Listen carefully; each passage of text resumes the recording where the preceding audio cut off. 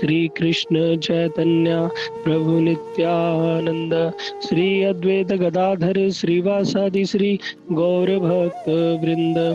हरे कृष्ण कृष्ण कृष्ण हरे हरे, हरे राम राम राम हरे हरे।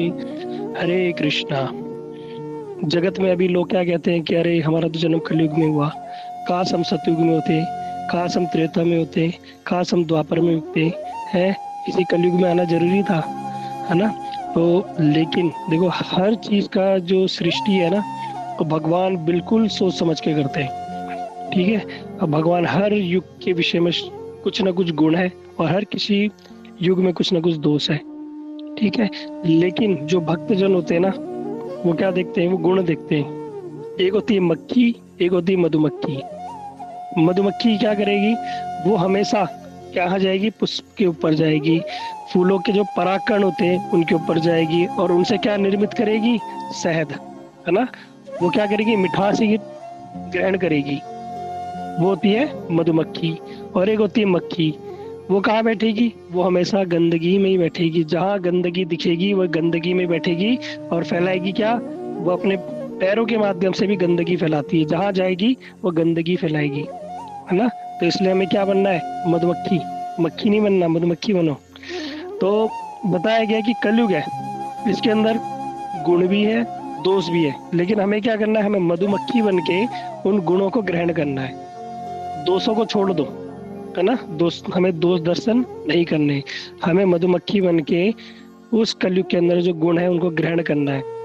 क्या वो हमारे लिए उपयोगी है ना। हमें देखना है क्या वो गुण हमारे लिए उपयोगी है, क्या उन गुणों को ग्रहण करने से हमारा कल्याण होगा। हाँ, इसमें हमें विशेष ध्यान रखना है। ठीक है। तो चलो हम इसके विषय में बड़ी सुंदर कथा सुनते हैं। आप सभी लोगों ने भागवत श्रवण किया होगा, है ना। दसम स्कंद के अंदर भगवान की बड़ी सुंदर सुंदर लीलाएं। तो जो भागवतम के अंदर आप लोगों ने राजा परीक्षित की कथा श्रवण की होगी, मैं इतना डिटेल में आपको नहीं बताऊंगा, लेकिन वहां से हम शुरुआत करेंगे कि किस प्रकार कलयुग के अंदर गुण बताए गए और कहाँ मैं आप लोगों को बताना चाहता हूँ वो अंतिम तक हम लेके जाएंगे। इसलिए आप सभी लोग इसको पूरा सुनोगे तो ही आपको अच्छे से समझ आएगा। ठीक है। तो कोशिश करना आप सभी लोग कि इसको अच्छे से पूरा श्रवण करना, और आप सभी लोगों के, बहुत सारे लोगों के डाउट्स क्लियर हो जाएंगे। तो बताया गया कि अश्वत्थामा, आप लोगों ने देखा होगा महाभारत के अंदर अश्वत्थामा ने क्या किया, जब देखा कि भैया अब तो युद्ध हमारी तरफ बिल्कुल भी नहीं है, हम तो हारने पे लगे हुए और हमारे पास अब कुछ बचा ही नहीं, तो अश्वत्थामा ने क्या किया, अपना एक अमोघ बाण जिसे बोला ब्रह्मास्त्र चला दिया। जलाया किस पे, उत्तरा के ऊपर। और जो उत्तरा के ऊपर जब चलाया, जब उसकी तपन उत्तरा को अंदर प्रवेश करने लगी तो उत्तरा बड़ी भयभीत हुई। लेकिन जो उत्तरा थी वो किसी के पास नहीं गई, है ना। उससे पता था कि भगवान जो पांडव थे वो किसके पास गए, वो भी कृष्ण के पास गए। द्रौपदी थी, वो किसके पास गई, वो भी कृष्ण के पास गई। और उनको द्रौपदी ने बोला भी था कि जीवन में, भविष्य में अगर तुम्हारे ऊपर विपत्ति आए ना तो किसी के पास मत जाना, कोई परिवार नहीं, कोई पति नहीं, कोई कुछ नहीं, कोई रिश्तेदार नहीं, कोई समाज नहीं, एकमात्र भगवान को याद करना और वही तुम्हारी रक्षा करेंगे। ये बात उत्तरा ने गांठ बांध ली थी कि अगर मेरे जीवन में कभी भी विपत्ति आएगी ना तो मैं ठाकुर जी से ही प्रार्थना करूंगी। ठीक है। इससे क्या पता चलता है, हम लोगों ने पूर्व में सुना था ना, शरणागति रक्षति इति विश्वास, भगवान ही एकमात्र हमारी रक्षा करेंगे, ये विश्वास हमने सुन तो लिया, लेकिन जब तक हम इसे अपने जीवन में एप्लीकेबल नहीं करेंगे ना, तब तक क्या होगा, हमें अनुभूति नहीं होगी, तब तक भगवान हमारी सुनेंगे भी नहीं। फिर हम क्या करेंगे, भगवान पे दोषारोपण करेंगे, अरे हम तो इतनी माला करते हैं, हम तो धाम में जाते हैं, हम तो भक्ति करते हैं, इतनी इतनी 100 रुपए की अगरबत्तियां फूक दी, 150-200 रुपए का तेल फूक देते हैं, बत्ती जला दी, माचिस खर्च कर दी है, इतना सब करने के बाद भी और भगवान हमारी सुन नहीं रहे हैं। और वो देखो पैसे वाले लोगों की खूब सुनते हैं, उनको तो बड़ी बड़ी चीजें वस्तु मिल रही है और धनी हो रहे हैं, हमारे पड़ोसियों को सब कुछ मिल रहा है और हम इतनी पूजा भक्ति कर रहे हैं। तो भैया इसका कुछ भी भक्ति से, भगवान की भक्ति से कुछ भी लेना देना नहीं है। ठीक है। इस चीज को अच्छे से समझना। भक्ति का हमारे जो हमारे प्रारब्ध है जो हमें भोगना है उससे बिल्कुल भी उसका तालमेल नहीं है। उसको समझाऊंगा आपको कैसे। ठीक है, इस चीज को समझो पहले। जब उत्तरा के ऊपर विपत्ति आई, वह भगवान के पास गई, भगवान की शरण में गई। क्यों? उसे पूर्ण विश्वास था। और जब विश्वास था तो भगवान ने कहा ठीक है। जब भगवान के पास कोई रोता हुआ आ जाए ना, चाहे वो कितना भी भगवान को अप्रिय हो। वैसे तो भगवान को ना कोई, भगवान कहते हैं ना मुझे कोई प्रिय है ना अप्रिय है, लेकिन कहते हैं कि अगर भगवान किसी रुष्ट भी हैं और वो भी अगर रोता हुआ भगवान की शरण में आ जाए ना, तो भगवान तो क्या है, माता पिता के समान है ना। तो बच्चा रोता हुआ भी है तो क्या करते हैं, उसको गोद में बिठा लेते हैं, चाहे बच्चा कितना बिगड़ा हुआ भी हो, है ना। माता पिता क्या करते हैं, बच्चे को बुला लेते हैं, ग्रहण कर लेते हैं। ठीक इसी प्रकार जब उत्तरा भगवान कृष्ण के पास गई, तो आप सभी लोगों ने श्रवण किया होगा भागवत के अंदर कि भगवान ने अपनी पूरी शक्तियां लगा दी। शक्ति करने का अर्थ है क्या? भगवान ने क्या किया? भगवान के हाथ में था ना शंख, चक्र, पद्म, गदा। शंख, भगवान ने शंख और पद्म यानी कमल के पुष्प के अंदर परीक्षित महाराज जी को रखा, और उस कमल के पुष्प को शंख के अंदर बिल्कुल सेफली गर्भ के अंदर, और क्या किया, सूक्ष्म रूप में उसके चारों ओर घूमने लगे, और सुदर्शन जी को बाहर आज्ञा दे दी कि जो ब्रह्मास्त्र का तेज है ना, वो अंदर तक इस आ भी ना जाए। मतलब इतनी रक्षा करने में भगवान ने अपनी पूरी जी जान लगा दी। किसी को भेजा नहीं, खुद ही लग गए। क्यों? अंदर कौन है? भगवान के भक्त परीक्षित महाराज।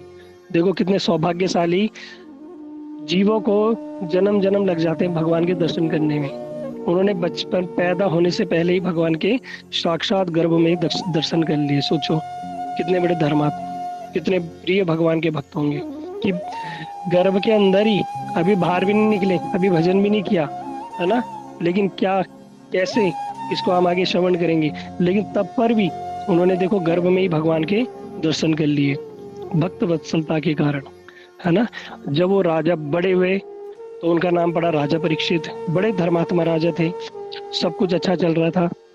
अब आप लोगों ने देखा होगा कि जब एक राज्य होता है, फिर दूसरा राजा होता है, तीसरा राजा होता है, कोई तो परमानेंट है नहीं, है ना। इस संसार में कोई परमानेंट है नहीं, कोई वस्तु परमानेंट नहीं है। आप चाहे 1.5 लाख का iPhone 15 ले लो, है, या 1 करोड़ की ऑडी कार ले लो, या 100 करोड़ का कोई फ्लैट ले लो, कुछ भी ले लो, सब का सब एक दिन कबाड़ा हो जाएगा। सब कबाड़ा हो जाएगा। उससे बढ़िया कोई चीज आ जाएगी, लेकिन वो भी कबाड़ा हो जाएगी। कोई चीज परमानेंट नहीं है ना। इंसान भी परमानेंट नहीं है, तो वस्तु की तो बात ही छोड़ दो। तो राजा भी आप लोगों ने सुना होगा, एक राजा जाता है, दूसरा आता है, तीसरा आता है। तो राजा का जो खजाना होता था, वो खजाना क्या होता है? वो पुश्तैनी खजाना होता है। आपस में राजा लोग एक दूसरे को युद्ध करते हैं, और वहाँ का अपना राज्य में खजाना जोड़ते हैं। तो उस समय जो उनके जो पूर्वजों का खजाना था, उस खजाने के अंदर एक मुकुट था। और मुकुट जो था बड़े हीरे मोती जवाहरात का, नीलम, बड़े सुंदर सुंदर उसमें मोती लगे हुए थे, और इतना सुंदर मुकुट था सोने का। तो वहाँ के लोगों ने सोचा कि हम क्या करेंगे, इस मुकुट को अपने राजा को पहनाएंगे। उन्होंने बड़ा सुंदर उसको पॉलिश वॉलिश करके और बड़ा सुंदर चमका के, और उस मुकुट को राजा परीक्षित को पहना दिया। अब ध्यान से सुनना, वो जो मुकुट था वो किसका था? वो था जरासंध नाम के राजा का। बड़ा दुष्ट राजा था। तो देखो, उस दुष्ट राजा का संग किया था उस मुकुट ने, है ना। उस मुकुट से संग किया था, मतलब उस दुष्ट राजा ने अपने मस्तक पे उस मुकुट को धारण किया था। कितने लोगों को मारा, कितनी जीव हिंसा करके, कितनी लूटपाट करके उसने उस मुकुट को बनाया, और उस मुकुट को उसने अपने मस्तक में धारण किया, है ना। उस मुकुट को अपने मस्तक में धारण किया, और बताया गया बड़ा क्रूर राजा था जरासंध। अब उस जरासंध का जो मुकुट राजा परीक्षित ने पहना, है ना, उनको तो उनके जो वहाँ के मंत्री लोगों ने पहना दिया। पहनाने के साथ ही जो बड़े धर्मात्मा राजा थे, है ना, क्षत्रिय थे, लेकिन कभी जो राजा क्या करते थे, उनका एक नियम होता था, क्या करते थे, युद्ध करने जाते थे, शिकार करने जाते थे। लेकिन परीक्षित महाराज ने कभी ऐसा कुछ नहीं किया। लेकिन उस दिन ही उनके मन में विचार आ गया कि मैं आज कहाँ जाऊंगा, शिकार करने जाऊंगा। आज ही उनके अंदर हिंसा की भावना आ गई। वो मुकुट पहनते के साथ ही, और जैसे ही उन्होंने मुकुट पहना और मुकुट पहन के निकल गए, चलो सिपाहियों को बोला चलो आज हम जंगल में चलेंगे। और वहां से वो भटकते भटकते जब गए रास्ते में, तो आगे की बहुत विस्तृत घटना है। तो उन्होंने देखा कि एक शूद्र था, एक शूद्र था, वो क्या कर रहा था, एक बैल को मार रहा था, और उस बैल का एक पैर था, और पास में एक गाय थी, तो गाय को भी ठोकर मार रहा था। तो परीक्षित ने देखा, तो धर्मात्मा राजा तो थे, उन्होंने पूछा मेरे राज्य में और ये ऐसा है गलत कार्य कौन कर रहा है, इस निर्मम हत्या रूपी कार्य कौन कर रहा है। बड़े क्रोधित हुए और उन्होंने उसको मारने के लिए तलवार निकाली और पूछा कौन हो तुम और क्या कर रहे हो। तो उसने बताया कि महाराज मैं कलयुग हूँ। तो कलयुग था, वो उनके चरणों में गिर गया राजा के, बोला मैं कलयुग हूँ, और जो बैल है ना, ये बैल कौन है, धर्म है, और इसका एक चरण बचा है, इसका एक ही चरण बचा हुआ है। और जो ये गाय है ना, ये पृथ्वी है, जो अधमरी अवस्था में है, ये कौन है, ये पृथ्वी है। क्योंकि अभी आप देखो पृथ्वी की स्थिति कैसी है, वो भी ऐसी कर दी है लोगों ने। उसमें क्या हो रहा है, वॉर हो रहे हैं, वर्ल्ड है ना, आप देखो यूक्रेन में रशी उसमें कैसे वर्ल्ड वॉर चल रहा है, सत्ता को लेकर, ईगो प्रॉब्लम, लूटपाट, बीमारियां, कोरोना, ये सब क्या है, पृथ्वी सब पे सारे के सारे विपत्ति ठहरी है ना, पाप का भार सहना पड़ रहा है। तो जब ऐसी स्थिति देखी तो परीक्षित महाराज को बड़ा क्रोध आया। परीक्षित महाराज ने कहा कि भैया मैं आज इस कलयुग को समाप्त कर दूंगा। लेकिन जो कलयुग था वो चरणों में गिर गया। उसने जैसे चरणों में गिरा तो परीक्षित महाराज जी ने देखा कि नहीं, है तो ये दुष्ट, लेकिन इसके अंदर कुछ गुण है, इसके अंदर भी कुछ गुण है। तो परीक्षित महाराज जी ने जो उसके अंदर गुण देखे तो उसको छोड़ दिया। तो जो गुण था ना, अगर दोस्त देखोगे तो दोस्त तो बहुत थे, कलयुग के अंदर दोस्त तो बहुत है, लेकिन हमें क्या देखना है, गुण देखना है। क्या उस गुण से हमारा काम बनेगा, है ना। क्योंकि अभी जीव जो हम है ना, जगत के जीव हैं, हम सब बड़े सेल्फिश हैं, सच बात है। हम बिना कारण कोई काम नहीं करते, है ना। तो अभी हम देखेंगे कि भैया कलयुग है, अगर इसके अंदर कुछ गुण है तो हम इसको ग्रहण करेंगे, है ना। इससे अगर हमारा कुछ काम बनता है तो ये हमारे लिए अच्छा है, और नहीं बनता तो भैया जाओ। तो परीक्षित महाराज जी ने जब देखा कि उसके अंदर गुण क्या था, गुण था कलयुग केवल नाम आधारा, सुमिरी सुमिरी नर उतर ही पारा। ये कलयुग के अंदर सबसे बड़ा गुण क्या था कि इस कलयुग में जो और युग में दान, तपस्या, धर्म इत्यादि करने से जो प्राप्त नहीं होता, वो सिर्फ और सिर्फ इस कलयुग में भगवान के नाम से ही वो प्राप्त हो जाएगा। भगवान के नाम से ही। सतयुग में कितनी कठोर तपस्या कर लो तब जाके कहीं भगवत प्राप्ति होती थी, बड़ी कठोर कठोर तपस्या करने के पश्चात। त्रेता युग में बड़े बड़े यज्ञ करने पे, बड़ा धन खर्च करने पे तब जाके भगवत प्राप्ति होती थी। द्वापर में बड़ी अर्चा विग्रह सेवा करने पे तब जाके भगवत प्राप्ति होती थी, और वो कुछ ही नहीं करना। इस कलयुग में ये पॉसिबल ही नहीं है, और ये करना भी नहीं है। सारे शास्त्र इस बात को बता रहे हैं। सारे शास्त्र इस बात को बता रहे हैं। यहाँ तक कि गोस्वामी तुलसीदास भी बोलते हैं कि कलयुग समयुग आन नहीं। गोस्वामी तुलसीदास जी बिल्कुल सीना ठोक के कह रहे हैं कि कलयुग समयुग आन नहीं, कि कलयुग जैसा कोई धन्य कलयुग नहीं है, ऐसा कोई युग नहीं है। अब वो गोस्वामी तुलसीदास जी कह रहे तो भैया कोई ना कुछ तो बात होगी, है ना। परीक्षित महाराज जी ने देखा गुण तो कुछ ना कुछ तो बात होगी, है ना। आगे हम और श्रवण करेंगे अभी। तो जब परीक्षित महाराज जी ने देखा तो देखा इसके अंदर बड़ा अच्छा गुण है कि जो जगत के जीव है, जो कलयुग के जो बद्ध जीव है, जो कुछ नहीं कर पाएंगे और जिनकी बड़ी अल्प आयु होगी, बड़ी अल्प बुद्धि होगी। अल्प आयु अल्प बुद्धि का कहने का अर्थ है कि अभी जो मैंने आपको बात बताई है ना, ये अभी हमारे बेनिफिट की बात है कि सबसे बड़ी कथा का सार ही है कि बस भगवान के नाम का आश्रय लेके यही हमें क्या करेगा, जीवन भवसागर से पार करा देगा। सुन तो हमने लिया, लेकिन हमारी इतनी अल्प बुद्धि है, रात को सोने के बाद, रात को सोते समय यही ध्यान आएगा कि कल सुबह उठना है, बच्चों के लिए रोटी बनानी है, सुबह बर्तन धुले नहीं धुले है, सुबह के लिए ये हुआ नहीं हुआ, पानी भरा नहीं भरा, टंकी हुई नहीं हुई, सुबह ऑफिस जाना है, ये काम। बस हमारा क्या रहेगा, जागतिक काम में ही हमारा मन चिंतन आवेश रहेगा। लेकिन जब हमारा चिंतन, जब हमारा आवेश है ना, जब तक ये यहाँ नहीं आएगा ना कि नहीं हमारा वास्तविक कल्याण होगा, क्या अरे जब तक हम इस वास्तविक कल्याण के बारे में नहीं सोचेंगे ना, हमें बार बार इस जगत में आता रहना पड़ेगा और यही काम करना पड़ेगा।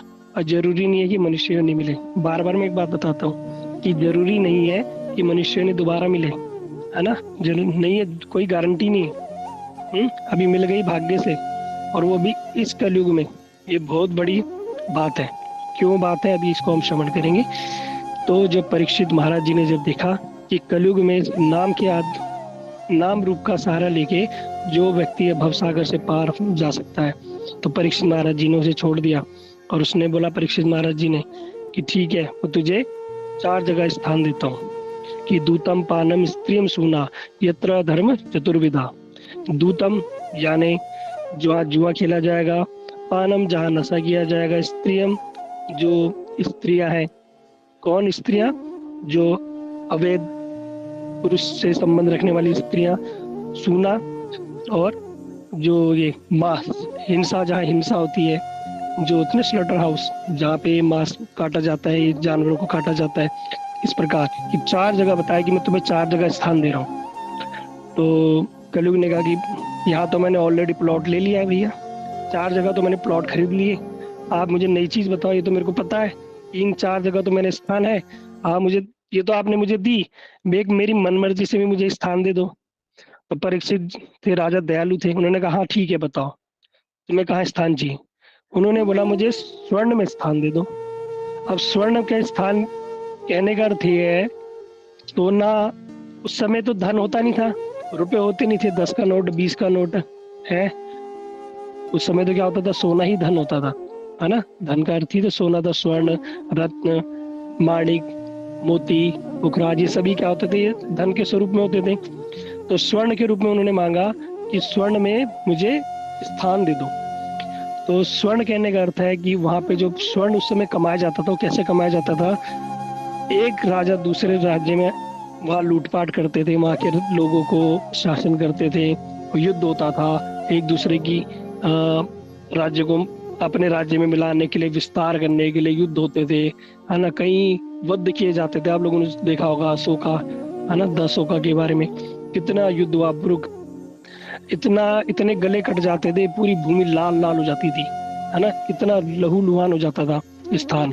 तब जाके वो किस लिए, सिर्फ एक सोने के लिए, एक मिट्टी के ढेले के लिए, जमीन के लिए, बस ये इतना इतना मारपीट ये सब होता था।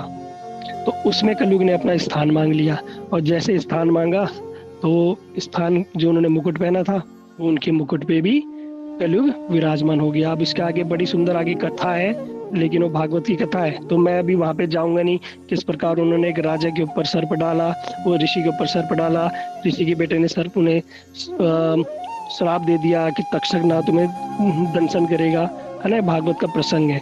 मूल प्रसंग में जो ये बात बताना चाहता हूँ उसको श्रवण करते हैं। तो उन्होंने देखा कि नाम से, भगवान के नाम से इस कलयुग के जीवों का उद्धार हो सकता है। दूसरा कि कलयुग के जो जीव है ना, अगर इस कलयुग के जीव मन में, अगर किसी के लिए हमारे गलत के विचार आएंगे, है ना, अगर हम किसी को मन से, हमारे मन में किसी के प्रति गलत भावना है, और युग में अगर कोई किसी के बारे में मन से भी गलत सोचता था ना, तो उसको घनघोर पाप भोगना पड़ता था, बड़ी कठोर सजा भोगनी पड़ती थी।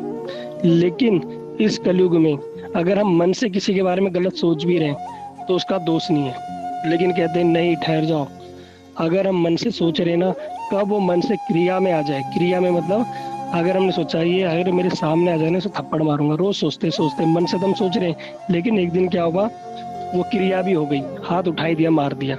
इसलिए कहते हैं नहीं, कलयुग के जीवों को छूट दी। अभी मन में आ रहा है, मन को समझाओ कि नहीं, कि मन में गलत विचार मत लाओ, है ना। तो कलयुग में छूट दी गई। लेकिन जो गोस्वामी तुलसीदास जी कह रहे हैं कि कलयुग समयुग आना नहीं, ये कलयुग जैसा युग ही नहीं है ना, सबसे सर्वोत्तम युग है। अगर देखो तो, गुण देखो तो, है ना, जो वस्तु हमें अन्य अन्य युगों में प्राप्त नहीं हो सकती, वो वस्तु हमें कहाँ प्राप्त हो सकती है, इस कलयुग में प्राप्त हो सकती है। एक बार वेद व्यास जी नाच रहे, वेद व्यास जी बड़ा नाच रहे, सारे के सारे ऋषि मुनि ने सुना कि भैया वेद व्यास जी नाच रहे हो, क्या कह रहे वेद व्यास जी, कलयुग की जय हो, कलयुग की जय हो। सबने सोचा यार व्यास जी, ये व्यास जी को क्या हो गया, है ना, ये तो कलयुग तो हमने सुना है बड़ा दुष्ट युग है ना, कोई इस कलयुग में आना नहीं चाहता। अरे क्या कर रहे हैं, कलयुग की जय हो, कलयुग की जय हो। तो ऐसा क्यों है? तो जो व्यास जी थे, बड़े सीनियर थे, उनसे कोई इस प्रकार बोल भी नहीं सकता था। तो उनके पास गए, उनसे प्रार्थना की कि बताओ भाई व्यास जी, आप ऐसा क्यों कह रहे हो कि कलयुग की जय हो। तो विष्णु पुराण के अंदर एक कथा आती है। विष्णु पुराण के अंदर व्यास जी बता रहे हैं कि कलयुग के अंदर वैसे तो बताया बहुत सारे गुण हैं, लेकिन हम जैसे बद्ध जीवों के लिए दो गुण ही बहुत हैं। दो गुण ही बहुत हैं।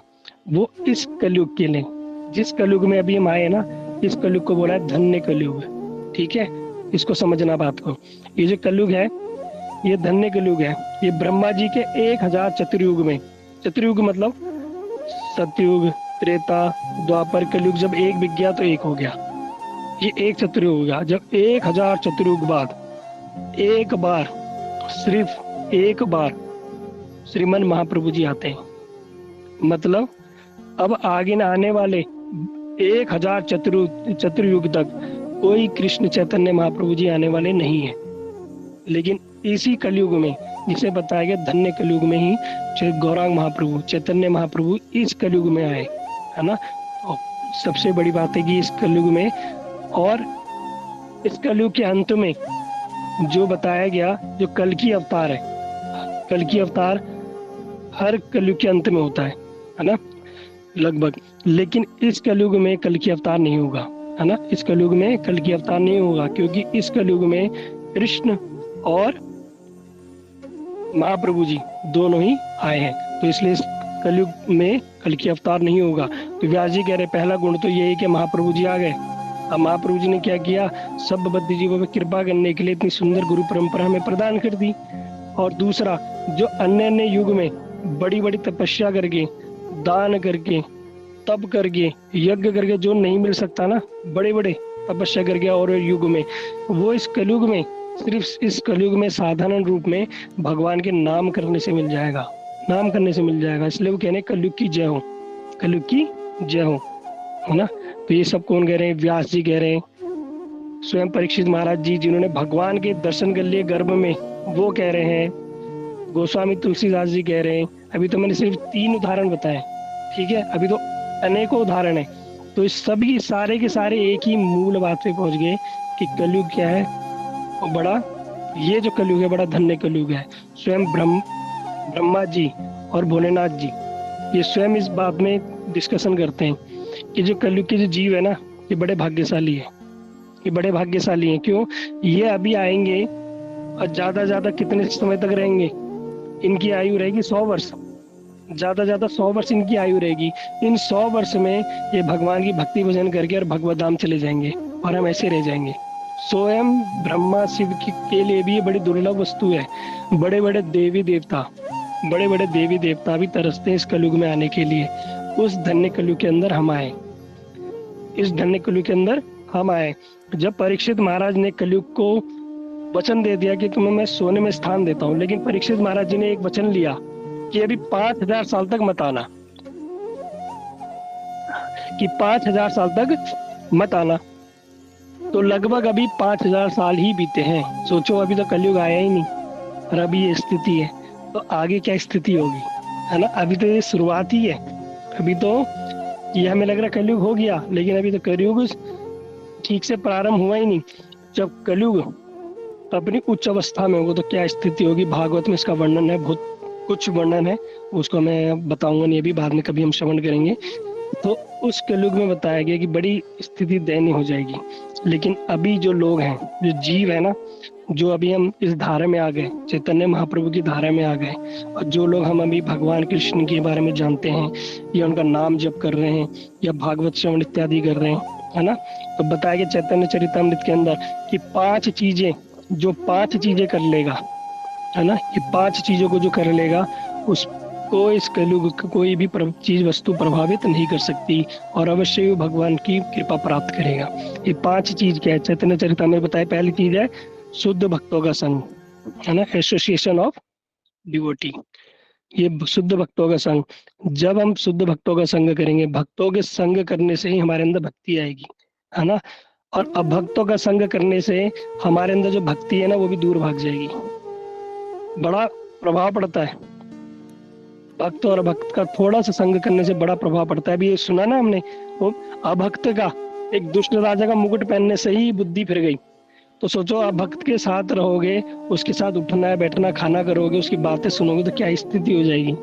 इसलिए अपना कल्याण के लिए हम ऐसे भक्तों से हाथ जोड़ लो, ठीक है, हाथ जोड़ लो, ठीक है, अपना लोक व्यवहार रखो और आगे बढ़ते रहो। संग करना है शुद्ध भक्तों का करो, कांटेक्ट रखना है शुद्ध भक्तों से रखो, उनका संग करो। दूसरा है भागवत सेवा। भगवत सेवा या भागवत सेवा, इसके अंदर है कि भगवान की सेवा किस प्रकार। जैसे अभी लोग कुछ क्या करते हैं, घर में ठाकुर जी लिया है, कुछ चित्रपट लिया है, ठीक है, जैसे भी है, लेकिन प्रतिदिन नियम पूर्वक तुलसी जी की, ठाकुर जी की सेवा हमें प्रतिदिन करनी है। एक नियम बना के, चाहे कुछ हो ना हो, हमें प्रतिदिन नियम करके ठाकुर जी को दीप दिखाना है, तुलसी जी को दीप दिखाना है, या 4 परिक्रमा करनी है इत्यादि, ये अपना नियम बनाना है।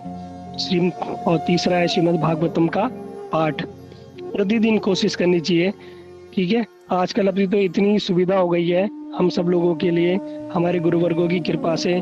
जो भागवतम है, पहले तो कैसे होती थी, संस्कृत में, है ना, और हम लोग इतने बड़े पंडित तो है नहीं, द्विवेदी त्रिवेदी चतुर्वेदी, कि संस्कृत पढ़ ले अच्छे से या समझ आ जाए। लेकिन अभी इतनी सुंदर व्यवस्था हो गई कि भागवतम पूरी ही सरल भाषा में बड़ी सुंदर टीकाओं के साथ वो उपस्थित है हम लोगों के सामने। एक छोटा सा ही श्लोक पढ़ के उसकी थोड़ी सी मीनिंग भी पढ़ लेंगे तो कहते इतने में ही क्या है, हम भगवान का संग कर रहे हैं। श्रीमद् भागवत और भगवान में कोई अंतर नहीं। जब भगवान गए ना धाम छोड़ के, तो अपना एक स्थान भागवत में भी छोड़ के गए। तो हम क्या करेंगे, श्रीमद् भागवत का हम अगर नित्य पाठ करेंगे, नियम पूर्वक करेंगे, तो हम क्या करेंगे, साक्षात भगवान का हम संग कर रहे हैं, ठीक है। चौथा है पवित्र, भगवान के पवित्र नाम का कीर्तन, जो नाम जप, हरि नाम संकीर्तन, ये प्रतिदिन नियम पूर्वक। एक माता जी का फोन आया मेरे पास कि प्रभु जी मैंने 5 दिन हो गई माला नहीं की, और 4 दिन हो गई माला नहीं की, आज कर लूं। मैंने कहा 4 दिन नहीं की तो मत करो, अब आज के पूछ रहे हो। अरे नहीं प्रभु जी, वो अपवित्र अवस्था थी। मैंने कहा 4 दिन खाना खाया, तो खाना तो खाना ही था, है, लेकिन खाना खाया, सब कुछ किया, लेकिन माला नहीं की, भगवान का नाम नहीं किया, तो भगवान के नाम से दुश्मन है, और काम छोड़ देंगे। और मैंने देखा बहुत सारे लोग इतना दुष्प्रचार कर रहे हैं कि उन लोगों को पता ही नहीं करना क्या है, क्या नहीं करना। मैंने कई लोगों को सुना अपवित्र अवस्था में ना तो खुद तिलक लगाते हैं, दूसरों को भी उल्टी शिक्षा देंगे कि तिलक मत लगाओ। अरे क्यों नहीं लगाना, बताया गया ना कि गले में तुलसी, तिलक, भगवान का नाम जब जिसके मुख में रहेगा उसको कभी यमदूत नहीं उसको स्पर्श नहीं करेंगे। अब पड़ोस की किसी ने बोल दिया कि तिलक मत लगाओ अपवित्र अवस्था में, यमराज आ जाएगा, तो तुम्हारी पड़ोसन बचाने आएगी तुम्हें? तो बुद्धि नहीं लगाते बिल्कुल ही, अपवित्र अवस्था में पूजा नहीं करते, चलो मंदिर में नहीं जाना, भगवान क्यों नहीं करना, नाम जब छोड़ देते हैं, तिलक लगाना छोड़ देते हैं, एकादशी छोड़ देते हैं। जो चीज बताए कि तुम्हें इस चीज को मैं बार बार बोलता हूँ कि 365 दिन करनी है, उसके बाद भी इतने मूर्ख लोग हैं, इतने बेवकूफ लोग हैं, इतने बुद्धिहीन लोग हैं, वही प्रश्न पूछेंगे कि आज प्रभु जी अपवित्र अवस्था में है, करें ना करें, करें। अरे जब बोल दिया 365 दिन माला जप करनी है, एकादशी रखनी है, सब कुछ करना है। हाँ, 1 सेकेंड होल्ड करना, सॉरी, अभी 365 दिन सब कुछ करना है ना, फिर भी लोगों को डाउट रहता है कि तिलक करें ना करें, ठीक है। तो इसलिए इस चीज का बड़ा ध्यान रखना है कि जब तक हम सही से चीजों को समझेंगे नहीं, जब तक जो चीज हमें पता ना हो, तब तक दूसरों को भी गलत डायरेक्शन मत दो।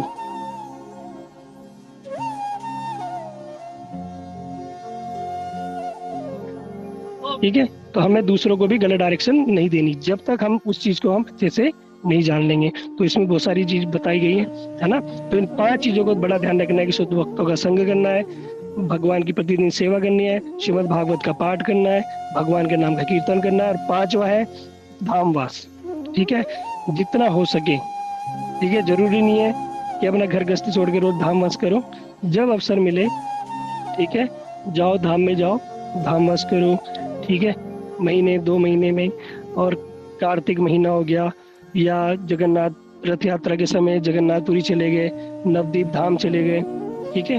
तो ऐसे समय पे अवश्य जाना चाहिए। तो धाम की कृपा होगी। जब ये सब चीजें हम करेंगे तो हम पे क्या होगा, धीरे धीरे कलयुग का प्रभाव हमसे हटता जाएगा, हटता जाएगा। और वास्तविक जो कलयुग का जो फल है ना, जो गुण है, वो गुण हमें दिखेगा, और गुण की कृपा से जो कलयुग का जो गुण का हम बेनिफिट उठा पाएंगे, तो ही संसार से हम भवसागर से पार हो पाएंगे, तो ही पार हो पाएंगे। नहीं तो क्या करेंगे, दोष देखते रहेंगे, मक्खी बन जाएंगे, है ना। मक्खी बन के क्या करेंगे, गंदी चीज में बैठेंगे और गंदगी फैलाएंगे।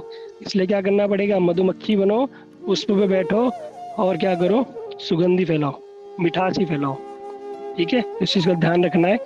तो इसलिए बताया कि जो कलयुग है ना, ये बड़ा धन्य कलयुग है ना। इसलिए इस कलयुग में चैतन्य महाप्रभु आए, उन्होंने पीछे कितनी सुंदर सुंदर कथा करी। बहुत सारे लोग कहते हैं कि क्यों तुम यदि चैतन्य महाप्रभु जी की इतनी बड़ाई करते हो, तो इस बात को समझ सुनते हुए जाओ कि जब हम हर युग में रहे होंगे, हो सकता है मनुष्य रहे हो, पेड़ रहे हो, कीड़े रहे हो, मकोड़े रहे हो, बिल्ली चूहा पता नहीं क्या बन के रहे हो। सतयुग में भी हम थे, सतयुग में भी थे। ठीक है, नरसिंह देव आए, वराह देव, ये सब आए, ये हम इन्होंने हमारा उद्धार किया नहीं किया, है ना। द्वापर में, त्रेता में राम जी आए, तब भी हम रहे होंगे किसी न किसी रूप में। हो सकता है रावण की सेना में ही रहे हो, या फिर राम जी के बंदर में। नहीं, राम जी के बंदर बंदर होते तो कल्याण हो गया होता। कहीं ना कहीं तो रहे होंगे हम, लेकिन क्या हमारा उद्धार हुआ? नहीं हुआ, है ना। द्वापर में भी आए होंगे, द्वापर में भी कहीं रहे होंगे। क्या कृष्ण भगवान ने हमारा उद्धार किया? नहीं किया। लेकिन वही कृष्ण, है ना, जो चैतन्य महाप्रभु के रूप में आए, जो देखो ब्रह्मा जी का अपराध हुआ, ब्रह्मा जी ने उनके ग्वाल बाल को छुपा दिया, है ना। कृष्ण को क्रोध हुआ, कृष्ण क्रोधित हुए। लेकिन वही जब महाप्रभु जी के भाव में आए, जो राधा रानी, देखो राधा रानी कितनी दयालु है। राधा रानी का जब भाव को लेके महाप्रभु जी कृष्ण आए, तो इतने दयालु हो गए, इतने कृपालु हो गए कि वही ब्रह्मा जी को उन्होंने अपना भक्त बना दिया और अपने धाम में उनको स्थान दिया, है ना, हरिदास के रूप में। उन पर कृपा कर दी। देख, कुछ भी नहीं सोचा कि कैसा था, इसने क्या किया, क्या अपराध किया, नहीं। जब उस पर कृपा कर दी, तो हम जैसे बद्ध जी को भी कृपा नहीं करेंगे? इसलिए हम सब क्या करते हैं, महाप्रभु जी की हम जय जयकार करते हैं। क्यों? ये हमारा जो कल्याण करने के लिए, उद्धार करने के लिए महाप्रभु ही आए, और इस महाप्रभु की धारा में ही हम आए। हमारे ऐसे गुरुवर्ग मिले, ऐसे गुरु परंपरा से हम जुड़े, तो हम लोगों का कल्याण अवश्य ही निश्चित है।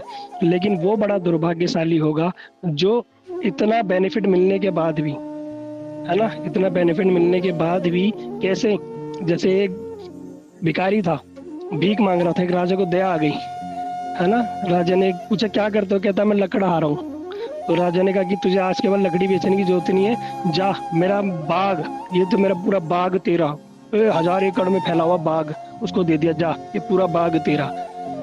जब 5-10 साल बाद दोबारा राजा उधर से गया, तो देखा वो लकड़हारा जैसा फटेहाल पहले था, वैसे ही फटेहाल बाद में, वैसे ही स्थिति। राजा ने बोला इसको तो मैंने इतना बड़ा बाग दिया था, ये आज भी ऐसे गरीब, ऐसा क्यों? पूछा भी क्यों, क्या हो गया? कहता राजा, जो आपने बाग दिया था उसकी सारी लकड़ियां खत्म हो गई, वो तो मैंने काट काट के बेच दी, तो इसलिए मैं दोबारा गरीब हो गया। अरे राजा ने कहा हे भगवान, तुम मूर्ख है क्या, है तूने कैसे बेची लकड़ी? कहता मैं उसको कोयला बना के बेच दी, मैंने लकड़ियों को कोयला बना बना के बेच दिया। राजा ने कहा इधर आ। राजा ने एक लकड़ी दी, उसको काटी बाग में से, और बोला इसको दुकान में बेच गया। तो दुकान में गया तो दुकान वाले ने 50,000 रुपए दे दिए। ऐसा राजा, ऐसा क्या था इस लकड़ी में? राजा ने कहा भैया ये चंदन का बाग दिया था मैंने तेरे को, तो अरबपति खरबपति था, और अब तू क्या कर रहा है, कोयला बेच रहा है। तो वो स्थिति हमारी हो जाएगी, है ना, कि भगवान की कृपा से, गुरुवर्ग की कृपा से हमें भगवत नाम मिल गया। कि भगवान का नाम करने में कुछ ज्यादा वो लगती है कि परिश्रम लगता है क्या? कुछ भी नहीं लगता। बस थोड़ी निष्ठा से गुरुवर्ग को स्मरण करके, अब भगवान को आगे रख के, अब भगवान से प्रार्थना करके कि भगवान ही हमारे ठाकुर है, बस उनका ध्यान करते हुए भगवान का नाम जप करो। देखो जीवन में कभी किसी प्रकार की विपत्ति आ जाए, कुछ कष्ट आ जाए, जो प्रारब्ध में तो होगा, उसको तो भगवान क्या करेंगे, धीरे धीरे भुगतवा देंगे। लेकिन क्या होगा अंत में, जो प्राप्त होगा क्या होगा? भगवान की कृपा, भगवत का धाम, और इस संसार चक्र से मुक्ति, भगवान की भक्ति, कल्याण ही कल्याण, बेनिफिट ही बेनिफिट। लेकिन हम क्या करेंगे, उस चीज को क्या करेंगे, जला जला के, कोयला बना बना के बेच देंगे। मतलब क्या, नाम जब करेंगे लेकिन जागतिक वस्तुओं के लिए, गाड़ी मिल जाए, पैसा मिल जाए, ये मिल जाए, वो मिल जाए, तो ऐसे कल्याण होने वाला नहीं है। ठीक है, इसलिए समझदारी हमारी अपने ऊपर है, हमें क्या चाहिए, संसारिक वस्तु चाहिए, भगवत वस्तु चाहिए। आप सभी लोग समझदार हो, ठीक है, तो आज हम कथा को यहीं विश्राम देते हैं, समय हो चुका है। और किसी को भी प्रश्न तो पूछ सकता है, हैंड रेज करो। हाँ, वंशु राजपूत जी। बस 3 लोगों के प्रश्न लेंगे हम, वंशु, कोमल, संभवी। हरे कृष्णा प्रभु जी, दंडवत प्रणाम। दंडवत प्रणाम। प्रभु जी, जो आपकी आज की क्लास है ना, बस उसको उसमें डाल देना यूट्यूब में।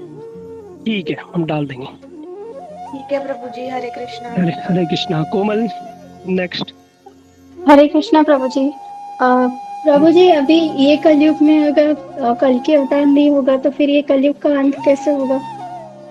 हाँ, उसके लिए जानने के लिए देखते रहिए कलयुग का अंत, तो इसके विषय में प्रभु जी बताएंगे। हमें देखो, हमें कलयुग से जल्दी बाहर निकलना है, हमें मतलब क्या कैसे होगा अंत, ठीक है, लेकिन उसके बारे में बताएंगे आपको कैसे होगा। वो जो प्रलय होगी, ठीक है, वो प्रलय होती है, उसमें जरूरी नहीं है कि वो कल की ही अवतार लेते हैं। वो बताया गया घोड़े पे आते हैं, वो काटते हैं, वो दुष्टों का नाश करते हैं, पर प्रलय भी होती है जो शिव जी ना संहार करते हैं। तो अलग अलग तरीके से अलग चीजें होती हैं हर हर युग में, ठीक है। ठीक है प्रभु जी, और एक और प्रश्न है। हाँ अ, जी, पूछे। जैसे हम लोग वो किसी और की चीजें जैसे पहनते कपड़े वगैरह, तो फिर उसका भी हम लोग पे गलत परिणाम हो सकता है क्या? उनकी गलत आदतें हमारे में आ सकती है अगर हाँ देखो, किसी की कोई। हाँ देखो, भक्ति जगत में बताया गया, अपने बर्तन, कटोरी, चम्मच, प्लेट, टॉवल, वस्त्र, ये कोशिश करनी चाहिए कि किसी के ना पहनो, किसी की यूज ना करो, ठीक है। ओके बहुत प्रभु। सारी चीजें होती हैं तो इनसे डायरेक्ट संग होता है, तो नहीं करो तो बहुत ही अच्छा है, ठीक है। तो इससे ठीक है प्रभु। सात्विकता भी रहती है, शुद्धता भी रहती है, ठीक है। ठीक है। हाँ जी, संभवी प्रभु त्रिपाठी। हरे कृष्णा प्रभु जी, दंडवत प्रणाम। दंड प्रणाम। मेरा सवाल ये है कि जैसे ऐसा कहा जाता है कि जो जगत है उसको महामाया कंट्रोल करती है और हम्म, क्षीरोदक्षाय विष्णु से सारे जीव मतलब निकलते हैं। तो हम्म, वो जब क्षीरोदक्षाय विष्णु से सारे जीव निकलते हैं और फिर पृथ्वी में आते हैं, इधर मतलब ब्रह्मांड में आते हैं, फिर हम्म। भटकते हैं अनंत काल तक। उसके बाद जब भक्ति करके वो धाम में जाते हैं, तो जब वापस चले जाते हैं धाम में, तो फिर उनको वापस नहीं आना होता होगा ना? नहीं नहीं, भगवान कहते हैं ना भगवत गीता में, यत गत्वा न निवृतन्ते तत धाम परमम मम। जो मेरे धाम में एक बार वापस आ गया, फिर उसको पुनः इस जीवन में लौट के नहीं आना पड़ता, बस वहां जाके लॉक हो गए हम भगवान के धाम में, बस तो आनंद फिर ही हम आनंद कभी करो। फिर हम नहीं, कभी भी फिर नहीं आएंगे। क्षीरोदक्षाय विष्णु के अंदर प्रवेश नहीं करेंगे ना? फिर नहीं हम नहीं, फिर गोलोक धाम जा भगवत, चुके हैं। हाँ बिल्कुल बिल्कुल, वहां से पतन नहीं होगा, वहां जो चलेगा चलेगा बस, वहाँ और एंट्री एग्जिट नहीं है। ठीक है प्रभु जी, और मेरा ये भी सवाल है कि जैसे ये जो मैंने एक क्वेश्चन पहले भी पूछा था, लेकिन अभी थोड़ा सा मुझे और क्लियर करना है पूछने के लिए, इसलिए पूछ रही हूँ ज्यादा कि ये लंबा ना जो हो। हाँ प्रभु जी, ज्यादा लंबा नहीं है। तो ये जो 4 युग हैं, तो बार बार मल्टीपल टाइम्स आ रहे हैं, तो क्या अलग अलग जीव आते हैं कि वही सेम जीव बार बार आते हैं? जीव मतलब जीव अलग से भी निर्माण, जीव इतने जीव है ना, इतने जीव, और अनंत कोटि ब्रह्मांड है। ये हमारा, हमें लगता है कि एक ही पृथ्वी, नहीं, अनंत कोटि ब्रह्मांड है। ऐसी मतलब हमारी पृथ्वी की तो कुछ गिनती ही नहीं है। जिसको हम सोचते हैं कि हमारा 100 गज का 500 गज का प्लॉट हो गया, है ना, उस ब्रह्मांड के अंदर पृथ्वी की तो कोई गिनती ही नहीं है, ठीक है। अनंत कोटि जीव, अनंत कोटि ब्रह्मांड है। पर ये तो मैं बताने लग गया ना, तो कुछ लोग तो क्या करेंगे, कहेंगे छोड़ो भैया इतना मत सोचो। तो बहुत सारी चीजें बड़ी ऊंचे ऊंचे लेवल की बात है। कितना पृथ्वी, हमारी पृथ्वी का तो कैसे प्लेनेट आप देखो, बताया गया कि स्टार जो है ना, ये इतने बड़े हैं कि इनकी रोशनी अभी तक पृथ्वी पे नहीं आई, इतने दूर है तब भी इतने हमें दिखाई देते हैं। जो स्टार, ये जो गैलेक्सी है, तो पृथ्वी तो उसके अंदर बहुत ही ज्यादा छोटी है, और इतने जीव हैं, अनंत जीव हैं। और भगवान की लीला ऐसे नहीं कि इसी पृथ्वी में, अनंत कोटि ब्रह्मांड में, यहाँ से समाप्ति तो दूसरी जगह, दूसरी जगह से तीसरी जगह, मतलब जगह जगह भगवान की लीलाएं चलती रहती हैं। और जो भगवान के धाम में चले जाते हैं, वो भगवान उनको, जो अपने परिकर बनते हैं, भगवान उनको अपने साथ साथ सब जगह धाम में ले जाते रहते हैं। भगवान की लीलाएं चलती रहती है। भगवान जो भगवान की भक्ति करे उनके साथ चलता रहेगा, आनंद करता रहेगा।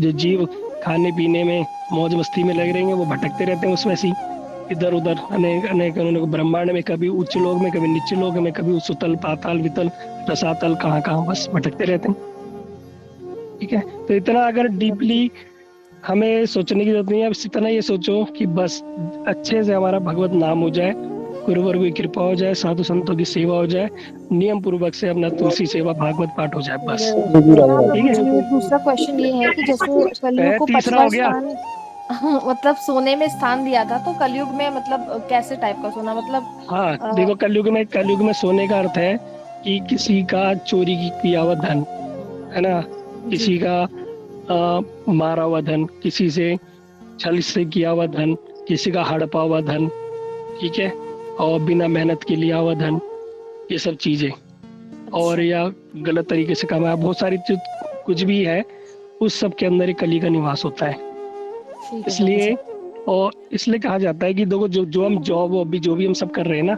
इसलिए कहा जाता है कि जी धन, जो बैल था ना, उनका एक चढ़ना बाकी था, वो था दान।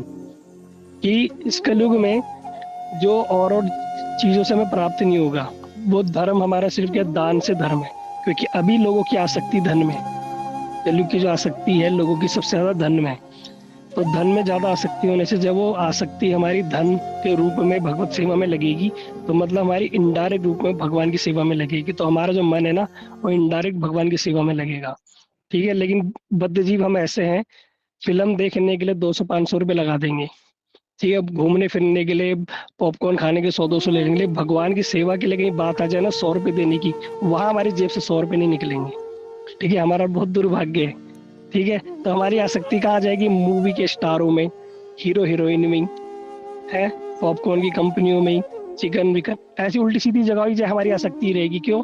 जब धन ही हम वहां लगा रहे, जब वो धन हमारा शुद्ध रूप से भगवान की सेवा में लगेगा ना, इनडायरेक्ट ही लग रहा है, तो हमारी आसक्ति भी भगवान की उसमें लगेगी, तो उसमें कलयुग का निवास नहीं होगा, वो हमारा धन शुद्ध होगा। ठीक है। ठीक है प्रभु जी।